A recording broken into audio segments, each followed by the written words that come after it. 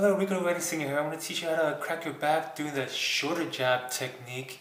And the main focus is keeping your bottom half of your body still stabilized as possible. So from the belly button down, has to be grounded and still and very tight as possible. So tighten up all your muscles down below.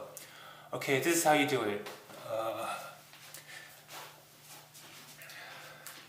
You put your two hands near the private area, and then once you keep all your legs tight as possible, belly button down tight as possible, still as possible, so you're going to move just your shoulders. So shoulder jab to the left, shoulder jab to the right, but just throw it and you will crack. So this is how it's done.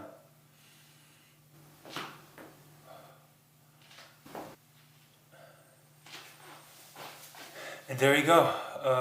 Please consult your chiropractor, doctor, physical therapist. I'm just a wedding singer. Peace out.